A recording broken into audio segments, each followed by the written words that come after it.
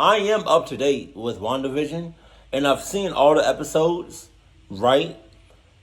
But as far as me getting my reaction up on YouTube, it's really hard. Like, they keep blocking and giving me third-party content and stuff like that. So I don't know how other people are doing it, but once I figure out a way that works for me, then I'll upload it and publish it, and y'all can see my reaction. But until I figure that out, you're not going to see my reaction. But let's see what I missed, and hopefully, this is some new things that I haven't noticed, and y'all haven't noticed either. But we're gonna watch it. Hold on. Sup? Doe.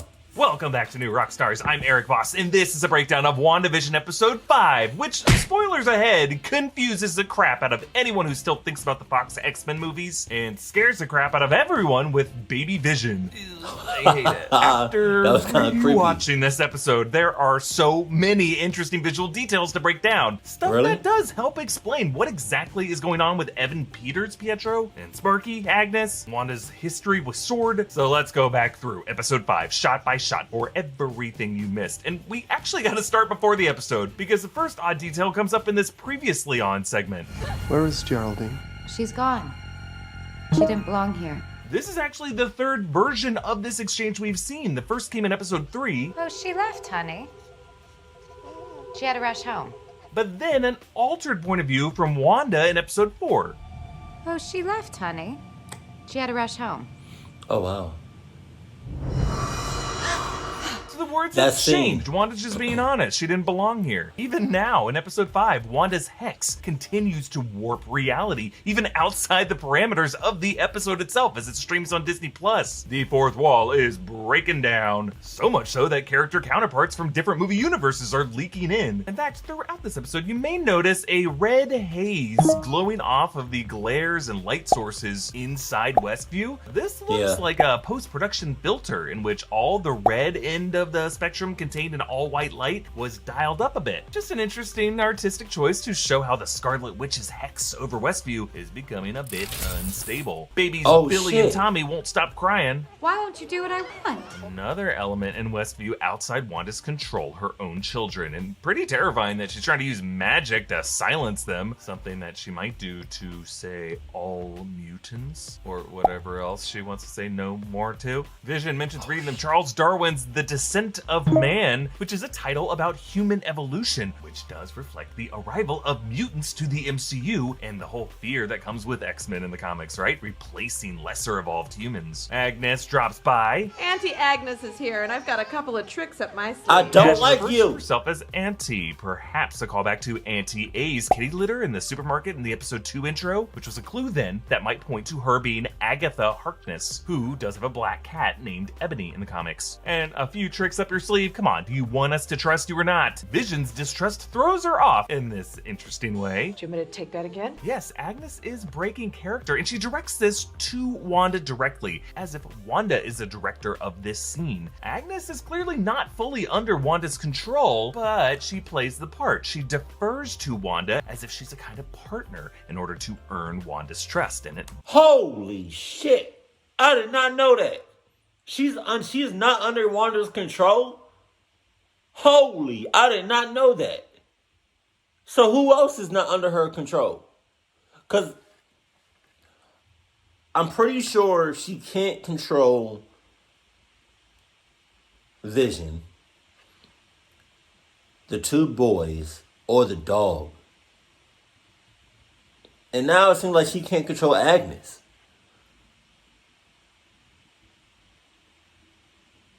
Did she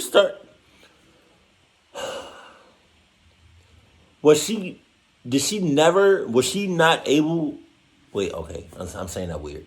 Was she always, oh no, I don't know why I can't say this. Was she always never not able to control Agnes? I don't know why I said it like that. But yeah, was Agnes just never under her control the whole time? From the beginning? If that's the case, how does she get in? Like, what's up? What's up? What's up? WandaVision, let's let Agnes give it a try. Could drive a truck through those eyes. But before we continue, thank you to Vessi Shoes for sponsoring this video. Vessi makes these knit sneakers that are 100% waterproof and snowproof. They're super breathable, so they don't let any liquid in, but they do let the air move out, so no need to fear wet weather. These bad boys will make you a little kid jumping through puddles all over again. And Vessi shoes are super stretchy. They fit like a sock. They only weigh 175 grams, which is less than a roll of quarters, and those are way less comfortable to wear on your feet. They are made with this cool Dymatex material that keeps your feet warm in cold weather and cool in warm weather, and it is super easy to clean with just a rinse. How much are water. those? And these are a sustainably made, truly everyday kind of shoe. The winter is the wet season here in Los Angeles, and it is great to know that when I have to leave the house, no matter what is coming out of the sky, my socks will stay nice and dry. Oh, just enjoying some nice Westview fresh air with my girl Darla here, sipping some. He ugly as shit. Stop that. Stop that. Ugly. Stop it. Stop it. Oh, I don't know what just happened. I totally glitched, but hey, even though my shoes are wet, thanks to these Vessi sneaks, my little piggies are bone dry. Thanks, Vessi. This is really the perfect gift for you and your loved ones, especially here in the midst of the winter and or rainy season. Get them while they still have sizes, and you can thank me later. Check them out in the link below and use my code NEWROCKSTARS to get $25 off your Vessi shoes. And of course, Agnes mentions Ralph again. Lavender. It's supposed to have a calming effect.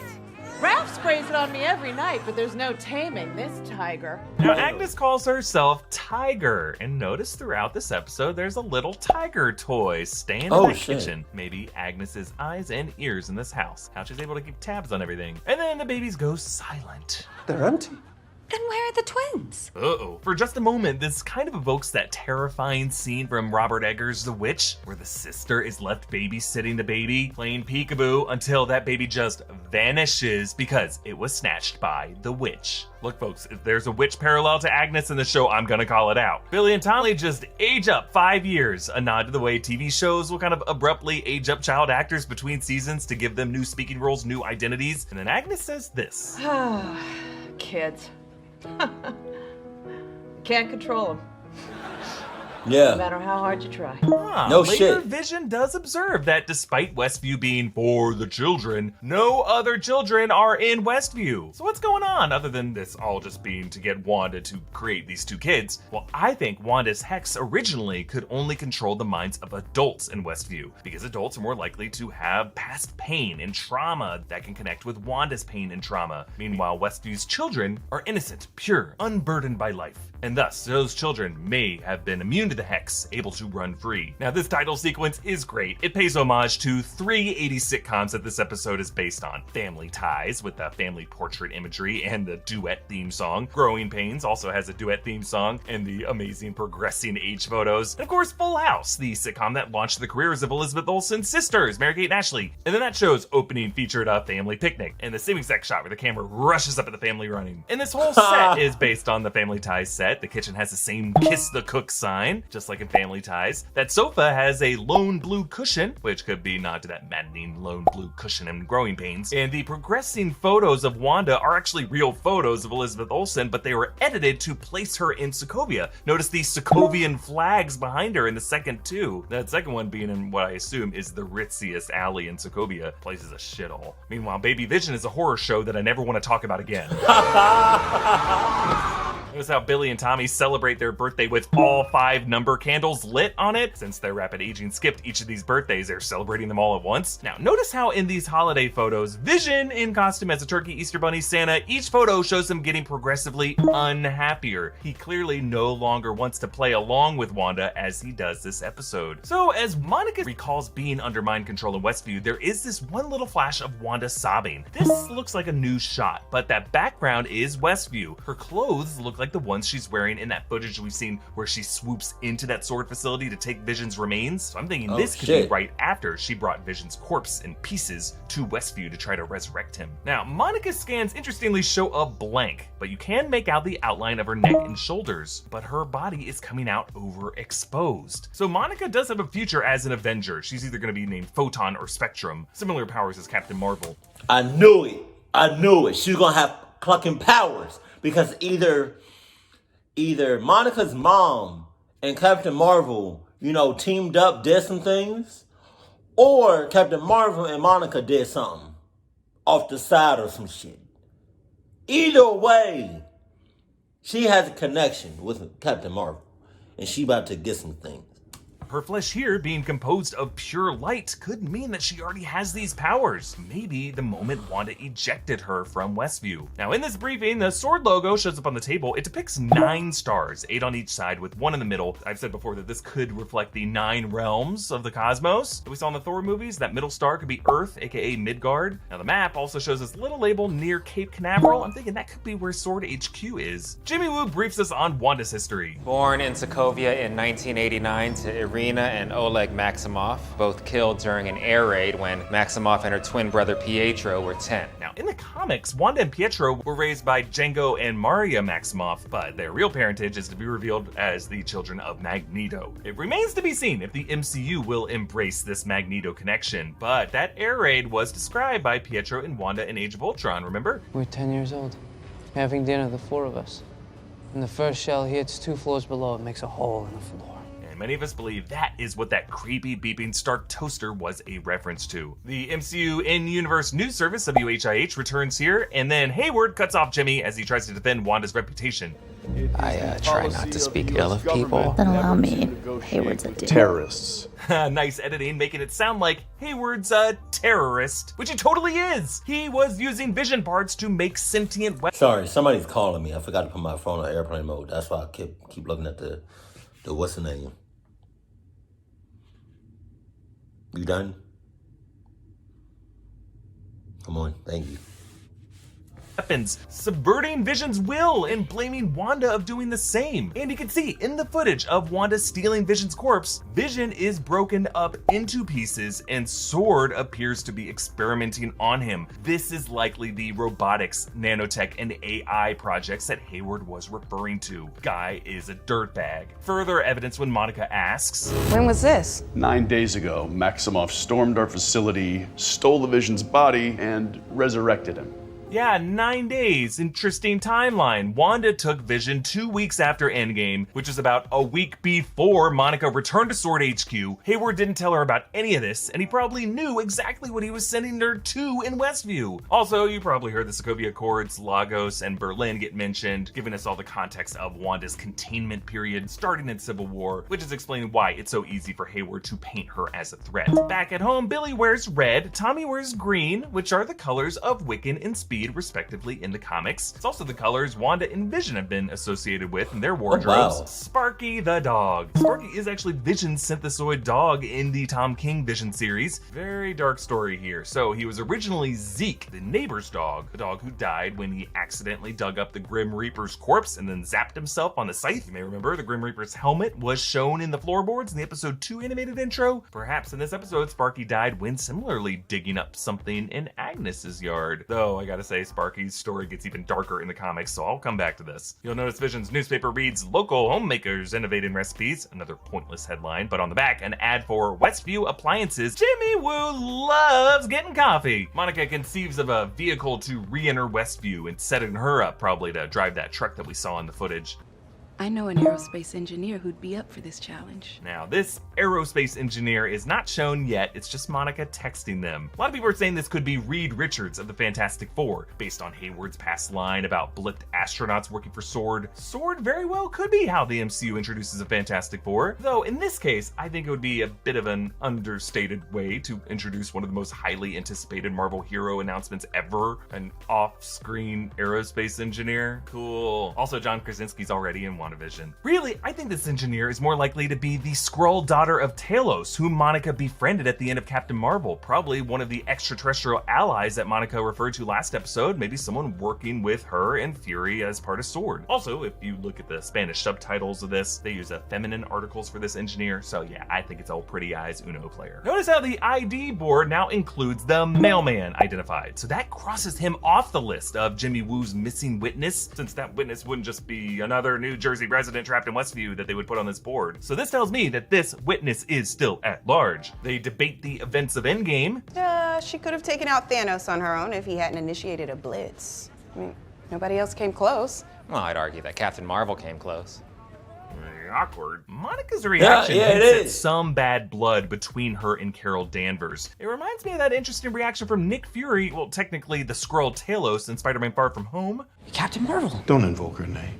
Man, people are hating on Carol. Talos, Fury, Monica, they all appear to be on the same pro-Skrull side coming out of Captain Marvel. And that space station Fury was on at the end of Far From Home might be part of S.W.O.R.D. So, did Captain Marvel do them dirty? Did she betray them? Did she fail to save Maria Rambeau and they all hold it against her? Monica's so pissed off that she pulls a Peggy Carter in terms of terrible indoor firearm safety. Then this interesting scene at work, Vision awakens Norm. Now, weirdly, we did see this written down as a note on Abalash's profile memo last episode, before Vision awakened him. And I know you could say time dilation inside Westview, but no, it could not have happened until after Monica was ejected from the 70s era in episode 3/4 to set up this 80s era with Vision and Norm in the computer scene. So what's the story here? Continuity error. I just think a lot of these scenes were shot around the same time and out of chronological order, and props like this memo were made without the expectation that psychopaths like us would be able to read it. Ultimately, I think this is an example of them re-editing some episodes, maybe so casual viewers would get more context earlier. But also note that Abilash never says that Wanda is doing this, just her. Now the her of this mystery doesn't have to be Wanda, it could be Agnes in his head. Billy trains Sparky. Sit, Sparky, sit. Good dog. Another sitcom reference here to the Ubu Productions bumper that would play after the credits of episodes of Family Ties. Sit, Ubu, sit. Good dog.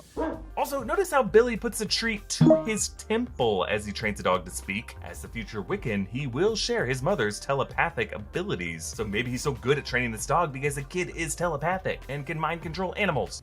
Then after the attempted drone strike, Wanda's pissed. She breaches the perimeter and issues this stern warning. I got nervous as shit when she came out. She came out like a boss. Stay out of my home. You don't bother me. I won't bother you. Now, you may have noticed a bit of Wanda's Sokovian accent making its way back in there. She's reconnecting with the more villainous roots that she had in Age of Ultron, and she redirects the sword guns at Hayward, though notice none of them are aimed at Monica, showing Wanda might still see Monica as a potential ally. It's really just Hayward and his exploitation of Vision's remains that pissed off Wanda so much. Also, turning a bunch of guns like that? Yeah, totally a Magneto move. We saw him do that in the first X-Men movie. I am hoping that this big mystery cameo that the actors keep teasing is gonna be Ian McKellen Magneto, the Magnus of this House of M adaptation, as Wanda and Pietro's true father. And if so, that apple ain't fallen far from the tree. Wanda turns the border wall a threatening red, and we cut to commercial, this time for Lagos brand paper towels for when you make a mess you didn't mean to. Just like the other commercials we've seen, this is the latest example to echo Wanda's past trauma, when she accidentally threw Crossbone's suicide bomb explosion into a building, killing a lot of innocent people. That was the final straw event that led to the Sokovia Accords and the Civil War conflict. But listen closely as this commercial ends. For when you make a mess, you didn't mean to. Yeah, despite the paper towels, this blood-red mess continues to slowly drip. The bloody mess Wanda made, haunting her with guilt. Sparky runs off, goes missing, and the mailman says, "Your mom won't let him get far, ma'am." Yeah, just like Dr. That was Nielsen, so... the mailman is hinting that it is hard to get too far away from this queen bee. And they find him, and it's very sad. Don't know how many leaves he ate. I didn't find him until it was too late. Yeah, she... All I'm saying is that was convenient as hell. That was very sus, Agnes.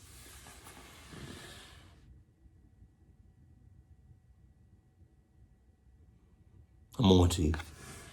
And killed that dog, and they just caught her trying to bury him. So looping back to that Tom King Vision run, trigger warning for animal abuse here. Virginia beats Sparky the dog to death. And then among the dog's remains, Virginia sees that the dog had eaten a plant called the Wundagore Everblood, and she eats another petal of that, and she's able to see the future as she cries. That plant grows in the yard of Agatha Harkness. So yeah, I think Sparky either dug up or saw something that he should not have at Agnes's property. Maybe he saw Ralph. And like the Wicked Witch of the West, Miss Gulch, she put a hit on Wanda's Toto. Got her little dog too. Because notice how Agnes reacts when Tommy asks Wanda to resurrect Sparky. You can do that?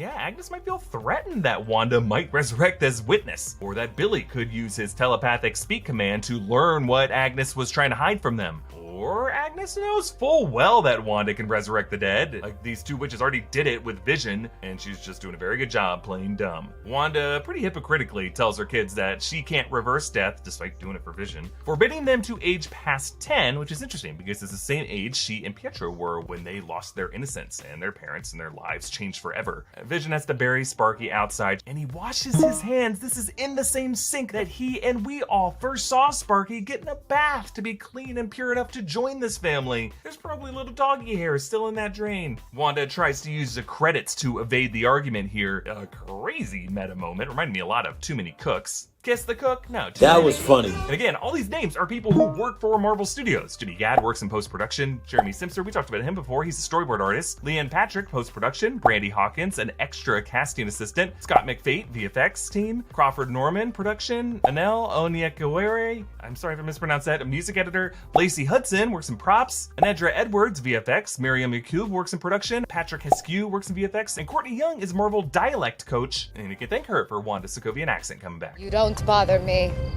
I won't bother you. And then after their fight, they are greeted by Wanda's long-lost brother, Pietro. Played not by Aaron Taylor Johnson from Age of Ultron, but by Evan Peters. You didn't see that coming? The Quicksilver from the Fox X-Men movies. Long-lost bro get to squeeze his stinking sister to death or what? Yeah, Peters is really enjoying this. He's playing up the cool uncle, like Uncle Jesse from Full House. Have mercy. Darcy's recasting comment is a nod to the way sitcoms and movies will just do this. They'll recast actors without much explanation. Aunt Viv, Rhodey, Bruce Banner. Now, when Peters was rumored to play a role in WandaVision months ago, many of our assumptions were that it would be some alt-universe Quicksilver and that we were looking at a multiverse crossover now that Disney owns the rights to the X-Men. This Westview anomaly may be pulling cultural references from other pop culture as a way of tying in other dimensions of the multiverse, and that one of those could just be the Fox X-Men franchise. And if that's the logic, that's going to open the door to a lot of other cameos from that universe. Think about it. Ian McKellen Magneto, Patrick Stewart Professor X, anyone who's in those movies, Ryan Reynolds Deadpool. But this could be something else. We could be looking at the mystery force inside Westview. Jimmy Woo's missing witness with brainwashing capabilities, Agnes's husband Ralph, whoever first trapped Wanda in this. That entity could be using a Quicksilver disguise to try to keep Wanda happy when Vision is no longer able to do so. Yes, Mephisto in an Evan Peters mask. Why Evan Peters though? Well, this sitcom decade is in the 80s, and Aaron Taylor Johnson's Quicksilver wasn't born until 1989, they just told us. So they needed to pluck a Quicksilver from the multiverse who was active during the 80s. And if you think about it, like the episodes of WandaVision, the later Fox X-Men movies jumped ahead decade by decade. First Class was in the 1960s, Days of Future Past was in the 1970s, X-Men Apocalypse was in the 1980s, Dark Phoenix was in the 1990s. And since Evan Peters' Quicksilver was moonwalking in the 80s in X-Men Apocalypse, he now does kind of fit in this timeline, at least within the anomaly. Now, Pietro's return could be something as simple as a sweet gesture from the boys, trying to cheer up mommy with a long-lost brother that she said that she missed. But I don't trust this guy. He talks about squeezing his sister to death. He calls Vision a popsicle, which feels like a slur the way he says it. But guys, the creepiest detail is the mirror behind Wanda. Look at it the second Pietro comes in through the door. It's really hard to see, but this mirror looks distorted, warped. It almost looks like Pietro's hand is red, and I might be crazy, but there's some weird blur in this. Almost as if there's some thin gray arm reaching out toward Pietro, beckoning him into this house. What is this reflecting? There's nothing there, but there's something in the mirror. Look, whatever Pietro's origin, folks, there's enough in this to see him as a threat to Wanda. Some kind of trick to give her the one more thing she could possibly want, but like everything else in Westview, it ain't gonna last. Yes, I am wearing our latest Obsession shirt, An Unusual Couple. Limited supply, still available at our merch store, NewRockstarsMerch.com. Follow me on Instagram at EAVoss, follow New Rockstars, subscribe to New Rockstars on YouTube for breakdowns of all your WandaVision confusion. Thank you for watching. Bye. So,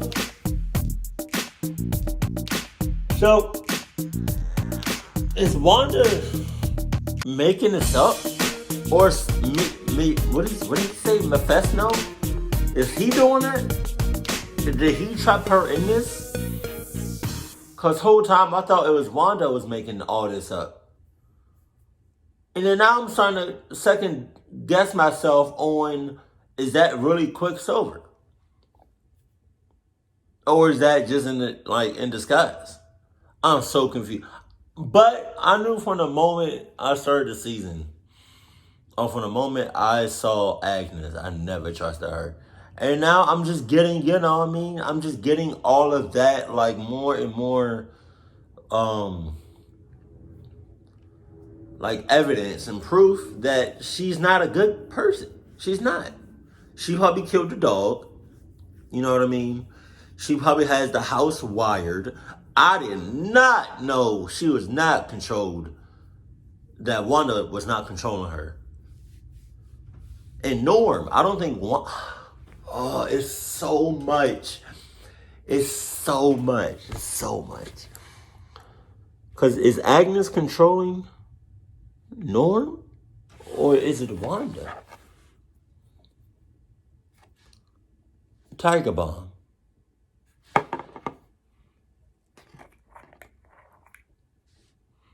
Oh. Man, it's so much. It's so much happening. And just in this episode and just in this series alone, like, can you imagine when we go to like the next one? Like in the next series? What was it? Captain the Winter Soldier.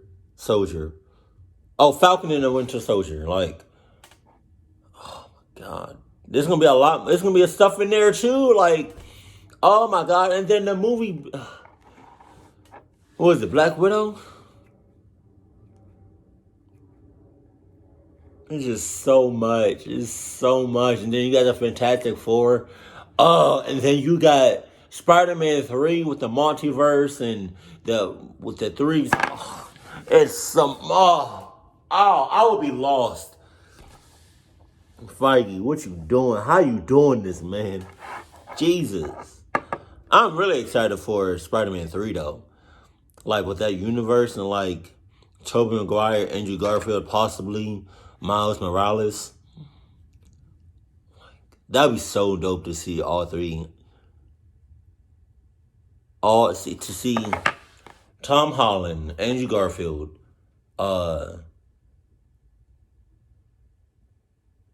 Tobey Maguire, and Miles Morales all in one movie. Oh my God.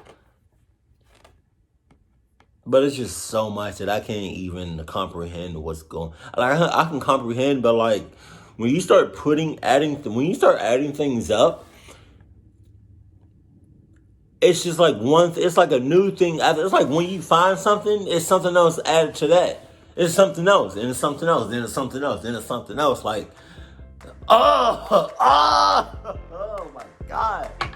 But no, I'm done. Like, let's just have a discussion in the comment section. But keep it cold, keep it classy, and I love you. Stay happy, my family.